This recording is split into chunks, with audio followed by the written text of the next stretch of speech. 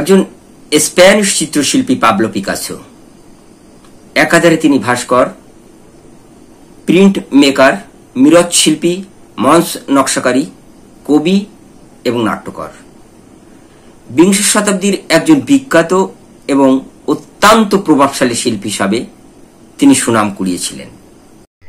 Picasso বার্জেলোনায় কাজ করার সময় 1903 থেকে 1904 সালের দিকে দি ওল্ড গিটারিস্ট তৈরি করেছিলেন।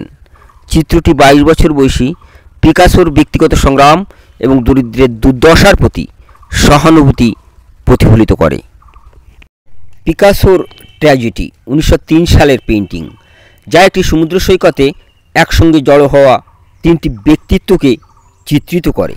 লা রিভ চিত্রকর্মটি পিকাসো 1932 সালে এঁকেছিলেন, যার অর্থ ফরাসি ভাষায় স্বপ্ন। জ্যাকলিন চিত্রকর্মটি পিকাসো তার দ্বিতীয় স্ত্রী জ্যাকলিনকে উৎসর্গ করে এঁকেছিলেন। The woman in hat and fur collar চিত্রকর্মটি পিকাসো 1937 সালে এঁকেছিলেন এবং এটি স্পেনের বার্জেলোনার কাতালোনিয়ার জাতীয় শিল্প জাদুঘরে প্রদর্শিত রয়েছে। পিকাসো দি কিচ 1925 সালে কড়া বাস্তববাদের উপর ভিত্তি করে এঁকেছিলেন। বিশ্ববিখ্যাত এই শিল্পীর বাড়িতে একবার এক অতিথি এলেন।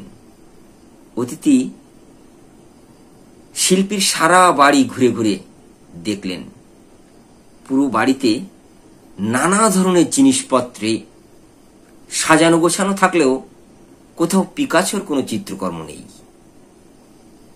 বেশ অবাক হয়ে অতিথি জিজ্ঞাসা করলেন, ব্যাপার কি বলুন তো? আপনার বাড়িতে কোথাও আপনার নিজের আঁকা কোনো চিত্রকর্ম নেই যে? রসিক পিকাসো বললেন, আমার এত টাকা কি আছে যে বাসায় পিকাসোর ছবি রাখবো? তার এক একটা ছবির যা দাম!